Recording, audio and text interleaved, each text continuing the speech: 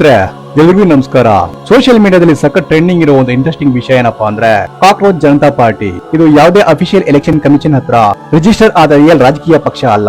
ಬದಲಿಗೆ ಇದೊಂದು ಸಖತ್ ಸಟೈರಿಕಲ್ ಮತ್ತೆ ಮೀಮ್ಸ್ ಆಧಾರಿತ ಆನ್ಲೈನ್ ಯೂತ್ ಮೂವ್ಮೆಂಟ್. ಕೇವಲ 5 ದಿನಗಳಲ್ಲಿ ಇದರ ಇನ್ಸ್ಟಾಗ್ರಾಮ್ ಅಕೌಂಟ್ ಬರೋಬ್ಬರಿ 14 ಮಿಲಿಯನ್ಸ್ ಗಿಂತ ಹೆಚ್ಚು ಫಾಲೋವರ್ಸ್ ದಾಟಿದೆ ಅಂದ್ರೆ ನೀವು ನಂಬಲೇಬೇಕು.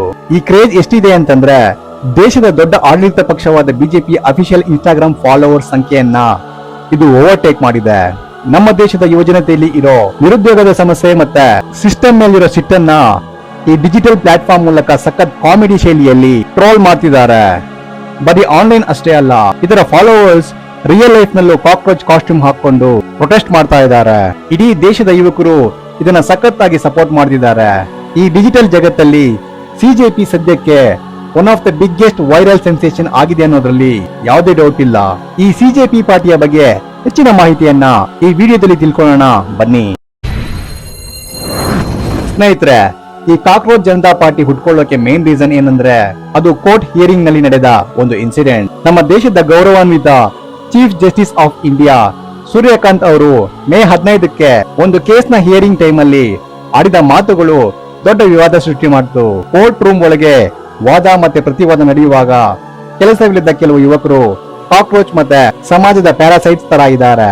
ಇವರು ಸಿಸ್ಟಮ್ ಮೇಲೆ ಅಟ್ಯಾಕ್ ಮಾಡ್ತಾರೆ. ಇಲಾಖೆಗಳು, RTI ಆಕ್ಟಿವಿಸ್ಟ್ಗಳು ಮತ್ತೆ ಜರ್ನಲಿಸ್ಟ್ ಗಳನ್ನ ಉದ್ದೇಶಿಸಿ ಈ ಮಾತು ಬಂದಿದೆ ಅಂತ ಸೋಷಿಯಲ್ ಮೀಡಿಯಾದಲ್ಲಿ ಯುವಕರು ಸಖತ್ ಫೈರ್ ಆಗಿದ್ದಾರೆ. ಆಮೇಲೆ ಈ ವಿವಾದ ಜೋರಾಗ್ತಿದ್ದಂತೆ CJI ಅವರು ಸ್ಪಷ್ಟನೆ ನೀಡಿ ನನ್ನ ಹೇಳಿಕೆಯನ್ನ ಮಿಸ್ಕೋಟ್ ಮಾಡಲಾಗಿದೆ ಮತ್ತೆ ಕಾಂಟೆಕ್ಸ್ಟ್ ಇಲ್ಲದೆ ತಪ್ಪಾಗಿ ಅರ್ಥೈಸಲಾಗಿದೆ ಅಂತ ಕ್ಲಾರಿಫಿಕೇಶನ್ ಕೊಟ್ರು. ತಾವು ಫೇಕ್ ಡಿಗ್ರಿ ಹಿಡಿದು ಪ್ರೊಫೆಷನ್ಗೆ ಬರೋರನ್ನ ಹಾಗೆ ಕರೆದಿದ್ದೇನೆ ಹೊತ್ತು ದೇಶದ ಯುವಜನತೆಯನ್ನಲ್ಲ ಅಂತ ಅವರು ಹೇಳಿದ್ದಾರೆ.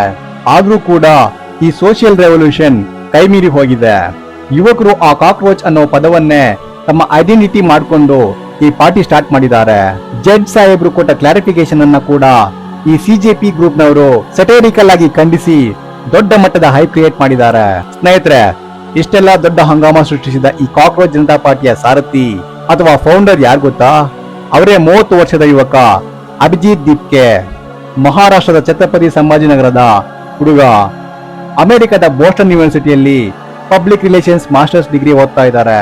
ಆದ್ರೆ ಇವರ ಬ್ಯಾಕ್ ಗ್ರೌಂಡ್ ನೋಡಿದ್ರೆ ಪೊಲಿಟಿಕಲ್ ಕಮ್ಯುನಿಕೇಶನ್ ಮತ್ತೆ ಡಿಜಿಟಲ್ ಸ್ಟ್ರಾಟಜಿಗೆ ದೊಡ್ಡ ಲಿಂಕ್ ಇದೆ ಅಂತ ಈಸಿಯಾಗಿ ಗೊತ್ತಾಗುತ್ತೆ.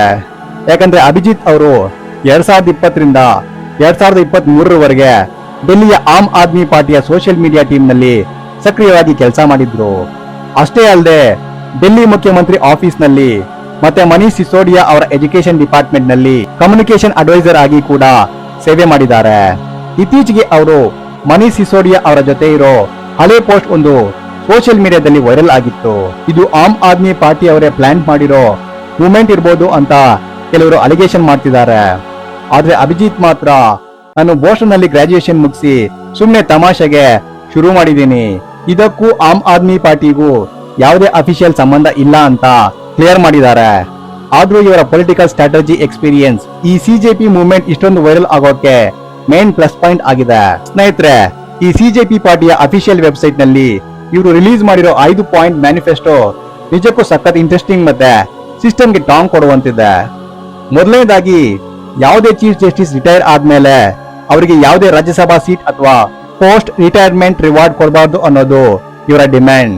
ಎರಡನೇದಾಗಿ ದೇಶದಲ್ಲಿ ಯಾವುದೇ ಕನ್ಫರ್ಮ್ ಆದ ವೋಟ್ ಡಿಲೀಟ್ ಆದ್ರೆ ಎಲೆಕ್ಷನ್ ಕಮಿಷನರ್ ಅನ್ನ UAPA ಕಾಯ್ದೆಯಡಿ ಅರೆಸ್ಟ್ ಮಾಡಬೇಕು.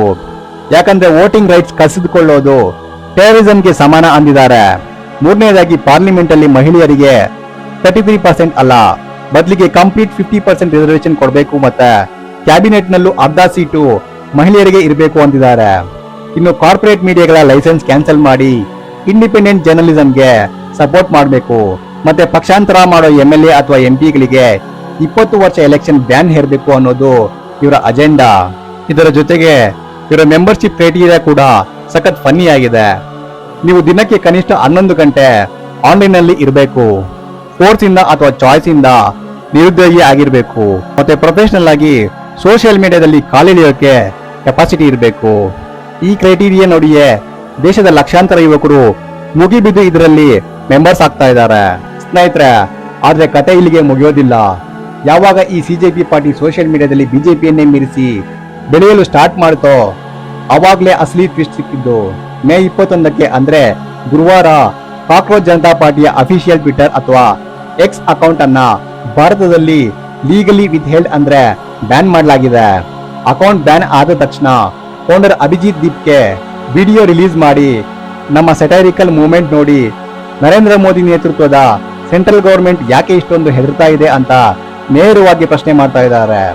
ಪ್ರಧಾನಿ ನರೇಂದ್ರ ಮೋದಿ ಅವರ ಸರ್ಕಾರ ಮತ್ತೆ ಅವರ ಸಿಸ್ಟಮ್ ಅನ್ನ ಪ್ರಶ್ನೆ ಮಾಡಿದ್ದಕ್ಕೆ ಈ ರೀತಿ ಅಕೌಂಟ್ ಅಡ್ರೆಸ್ ಬ್ಲಾಕ್ ಮಾಡಲಾಗಿದೆ ಅಂತ ನೆಟ್ಟಿಗರು ಆಕ್ರೋಶವನ್ನ ಹೊರಹಾಕ್ತಾ ಇದ್ದಾರೆ. ಅಕೌಂಟ್ ಬ್ಯಾನ್ ಆಗುವ ಮುನ್ನ ಅದನ್ನ ಹ್ಯಾಕ್ ಮಾಡೋ ಪ್ರಯತ್ನಗಳು ನಡೆದಿದ್ವು ಅಂತ ಅಭಿಜಿತ್ ಗಂಭೀರ ಆರೋಪ ಮಾಡಿದ್ದಾರೆ. ನಾವು ಕೇವಲ ಎಜುಕೇಶನ್ ಮಿನಿಸ್ಟರ್ ಧರ್ಮೇಂದ್ರ ಪ್ರಧಾನ್ ರಾಜೀನಾಮೆ ಕೇಳಿದ್ದಕ್ಕೆ ಮತ್ತೆ ನೀಟ್ ಎಕ್ಸಾಮ್ ಹಗರಣದ ವಿರುದ್ಧ ಧ್ವನಿ ಎತ್ತಿದ್ದಕ್ಕೆ ಈ ರೀತಿ ಫ್ರೀಡಮ್ ಆಫ್ ಎಕ್ಸ್ಪ್ರೆಷನ್ ಅನ್ನ ಹತ್ತಿಕ್ಲಾಗ್ತಿದೆ ಅಂತ ಅವರು ಹೇಳಿದ್ದಾರೆ.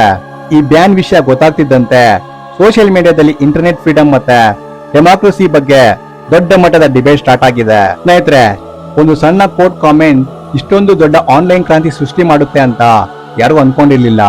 ಇದು ಬರೀ ಒಂದು ಜೋಕ್ ಅಥವಾ ಟ್ರೋಲ್ ಪೇಜ್ ಆಗಿ ಉಳಿದಿಲ್ಲ, ಬದಲಿಗೆ ದೇಶದ ಯುವಜನತೆಯ ರಿಯಲ್ ಎಮೋಷನ್ ಮತ್ತೆ ಫ್ರಸ್ಟ್ರೇಷನ್ ನ ಪ್ರತೀಕವಾಗಿದೆ.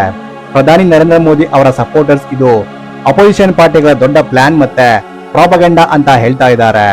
ಈತ ಯೂತ್ಸ್ ಮಾತ್ರ ನಮ್ಮ ಧ್ವನಿ ಅಬ್ದುಲ್ ಕಲಾಂ ಕಂಡ ಭಾರತದ ನಿಜವಾದ ಧ್ವನಿ ಅಂತ ಸಪೋರ್ಟ್ ಮಾಡ್ತಾ ಇದ್ದಾರೆ. ಅಕೌಂಟ್ ಬ್ಯಾನ್ ಆದ್ರೂ ಕೂಡ ಇನ್ಸ್ಟಾಗ್ರಾಮ್ ಮತ್ತೆ ಫೇಸ್ಬುಕ್ ನಲ್ಲಿ ಕಾಕ್ರೋಚ್ ಆರ್ಮಿ ಸಖತ್ ಆಕ್ಟಿವ್ ಆಗಿ ಪೋಸ್ಟ್ ಗಳನ್ನ ಹಾಕ್ತಾ ಇದೆ. ನಿಮ್ಮ ಪ್ರಕಾರ ಈ ಕಾಕ್ರೋಚ್ ಜನತಾ ಪಾರ್ಟಿ ಮಾಡ್ತಿರೋದು ಸರಿನಾ ಅಥವಾ ತಪ್ಪಾ ಅಂತ ಕೆಳಗಡೆ ಕಮೆಂಟ್ ಮಾಡಿ. ಈ ವಿಡಿಯೋ ನಿಮ್ಗೆ ಇಷ್ಟ ಆಗಿದ್ರೆ ಲೈಕ್ ಮಾಡಿ, ಶೇರ್ ಮಾಡಿ ಮತ್ತೆ ಸಬ್ಸ್ಕ್ರೈಬ್ ಮಾಡಿ. ನಮಸ್ಕಾರ.